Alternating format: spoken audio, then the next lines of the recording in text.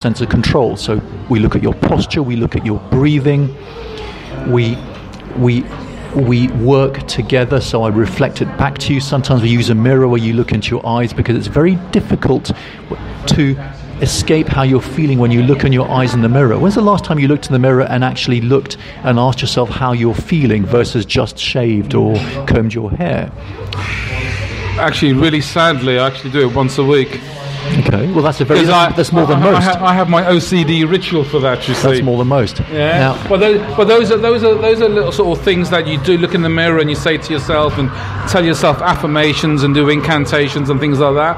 And I do it about once a week. Not for very long. You're doing well. Well done. Now, I should say that you're only fit to do rapid reprocessing if your reprocessing machinery is healthy. In other words, you mustn't be suffering from clinical anxiety or depression. If you are, then you need to take treatment for that, which is usually, as we said, some form of SSRI, serotonin specific reuptake inhibitor, prescribed by a licensed professional.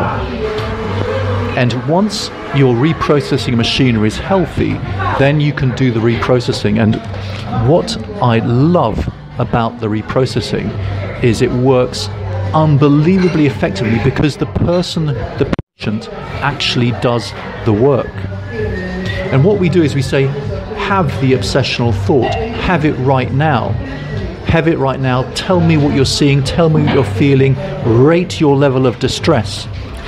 And they keep it, and I say, hold it close to you, hold it really, really close to you. And of course there's several other steps, but what happens is the more they face it, the more their illogical anxiety drops, and eventually it will drop to the level of their logical, and once it's done, as long as they don't have an anxiety disorder. And this is look, reading between the lines and what you've said, the evidence or the pattern is very clear that if people want to get better, if people want to succeed, if people want to progress, if people want to develop, one of the things they need to do is become self-reliant and not so much self-reliant in terms of not asking for help, but in terms of actually you've got to become reliant enough to be able to do this yourself. If you actually keep on relying on other people to actually do this for you, you're never going to get better, because the thing is, all you do is look for the answer to someone else to actually help you out. And this is the problem we're going to have. Self-reliance doesn't help illogical fears. Self-reliance doesn't help the illogical fears. No, I understand that you probably need a professional to be able to help you answer a few questions, whether it's a coach, whether it's a mentor, whether it's face fears from the beginning will help prevent them developing. It's being aware that you actually have the problem and then actually dealing with it rather than hide from it. But at the end of the day, if you keep on going to the same person over and over again for the next 2 years and you're not getting any better, then all you're doing is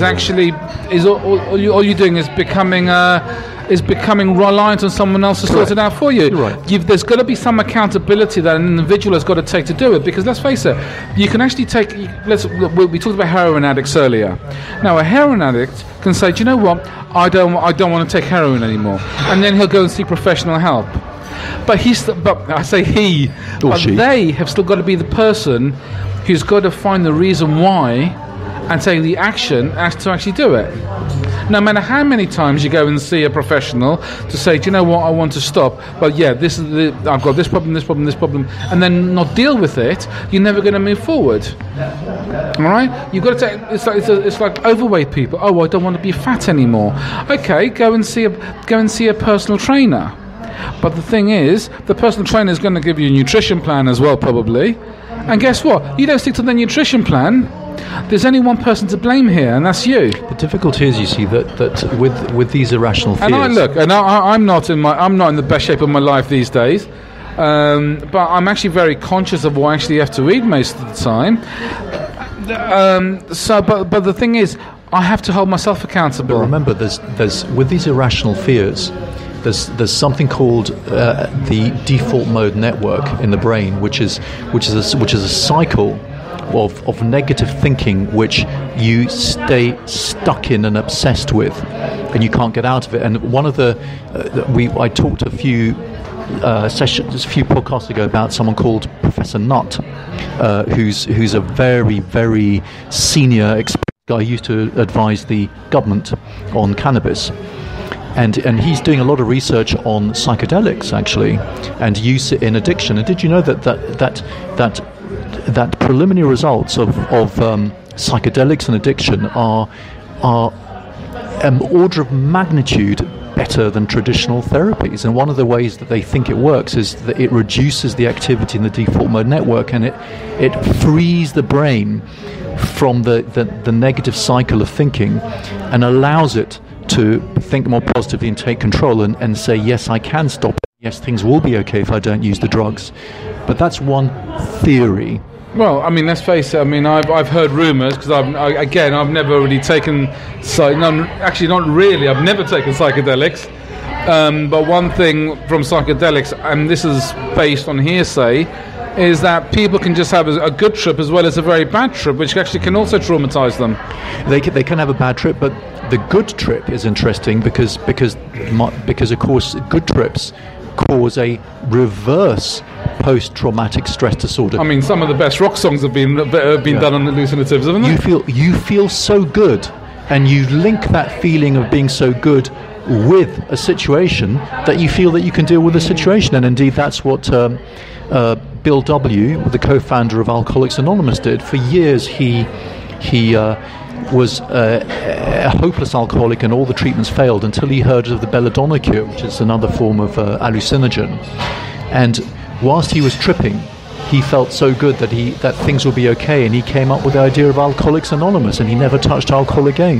Do you know what's actually interesting, and people seem to ignore it, because there's a lot of emphasis on that we should become specialists in certain areas, and I touched on this last week about people becoming more polymath in their approach, in terms of sometimes you can actually find answers by looking at other universal principles, and some of those universal principles in some ways, so when you look at something like Alcoholics Anonymous, and a couple of years ago, after one bad drinking session where I did lose control, and even though I've never been a consistent drinker, I actually looked at Alcoholics Anonymous because I didn't like the fact that it was the first time in my life I'd been totally out of control. And the thing that when I looked at Alcoholics Anonymous, it's got this 12-step program, yes, and part of it is actually very religious based.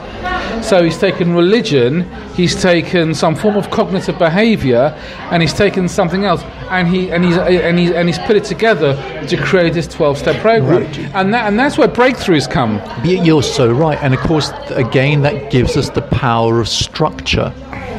Because and here's the crazy thing in our current crazy world. Religion was developed 4,000 or 5,000 years ago. That's the origins of religion, which is about the same time that mankind rose up out of being roughly cavemen.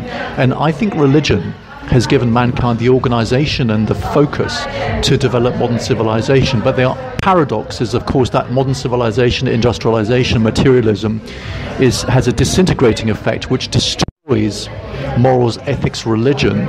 And then, of course, in this crazy world, we have to reinvent a pseudo-religious structure, such as the Freemasons, such as Alcoholics Anonymous, such as football teams and the supporters of them, and so on.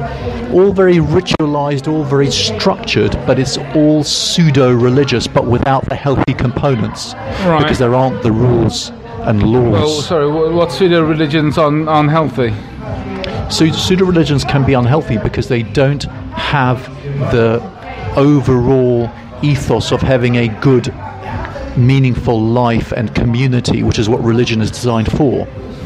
Okay, so we've only got 5 minutes left. So I'd like to. So you talked about cognitive behaviour therapy as one form. I should say that the rapid reprocessing can be startlingly effective as long as you know exactly what you're doing. I remember once there was a gentleman who he'd had an awful accident, and within 2 sessions, because he after the accident he developed some other traumatic condition. All we needed was 2 sessions to fix him, and some time later he even found me on Facebook and he said, I just wanted to thank you. After your first session, my nightmares stopped. What was very touching is recently there's a lady who's given me a testimonial for my up-and-coming restoration hearing, and she said, after your reprocessing, my heart lifted. I feel as if it's free again. 1 session. Recently, there was a gentleman with a very bad obsessive compulsive disorder. After 1 session, we cured it. But he did need medication. It works startlingly well. So I do urge people to go and get the right help. It's there and it's very effective. And if you are willing to put in the work, you're going to get better. Okay. All right, guys, I think we're going to leave it there for this week. A lot of information there to process. So if you've got any questions, please contact us or contact Theo. I'm sure he'd gladly give you some of his... I'd call it opinion rather than advice, because obviously he's not mentally qualified to be able to give that at the moment. But we look forward to hearing from you, and we'll speak to you next week. Thank you very much. Thank you for listening. Bye-bye. Bye.